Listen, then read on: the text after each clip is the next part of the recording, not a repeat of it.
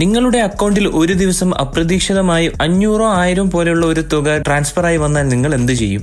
ആരെങ്കിലും തെറ്റായി അയച്ചതാണോ എന്ന് വിചാരിച്ച് തിരിച്ചയക്കാൻ പോകും. പക്ഷെ സൂക്ഷിക്കൂ, ഇതാണിപ്പോൾ സോഷ്യൽ മീഡിയയിലൊക്കെ വൈറലാകുന്ന ജംപ് ഡിപ്പോസിറ്റ് സ്കാം. UPI ഉപയോഗിക്കുന്ന ഒരാളാണ് നിങ്ങളെങ്കിൽ ഈ വീഡിയോ തീർച്ചയായും കാണണം. എന്താണ് ജംപ് ഡിപ്പോസിറ്റ് സ്കാം? ഇത് എങ്ങനെ നടക്കുന്ന തട്ടിപ്പാണെന്ന് നോക്കാം. ഒരു അജ്ഞാത വ്യക്തി നിങ്ങളുടെ അക്കൗണ്ടിലേക്ക് ചെറിയൊരു തുക അയക്കും, ലൈക്ക് 500 or 1000. നിങ്ങൾ അത് കാണുമ്പോൾ ആരെങ്കിലും തെറ്റായി അയച്ചതായിരിക്കാം എന്ന് തോന്നും.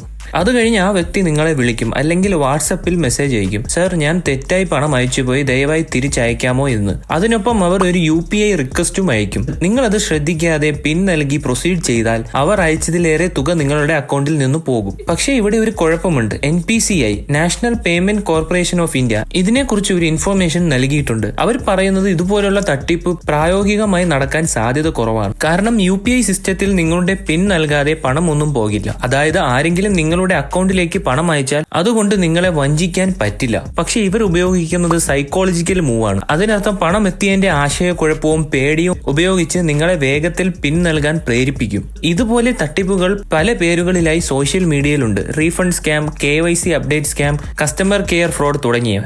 UPIയുടെ സുരക്ഷാ സംവിധാനങ്ങൾ വളരെ ശക്തമാണ്. പക്ഷെ മനുഷ്യ മനസ്സിനെ വഞ്ചിക്കാനാണ് ഇവർ ശ്രമിക്കുന്നത്. നിങ്ങളുടെ ക്യൂരിയോസിറ്റി, സിമ്പതി, ഹറി ഇതെല്ലാം അവർ ഉപയോഗിക്കുന്നു.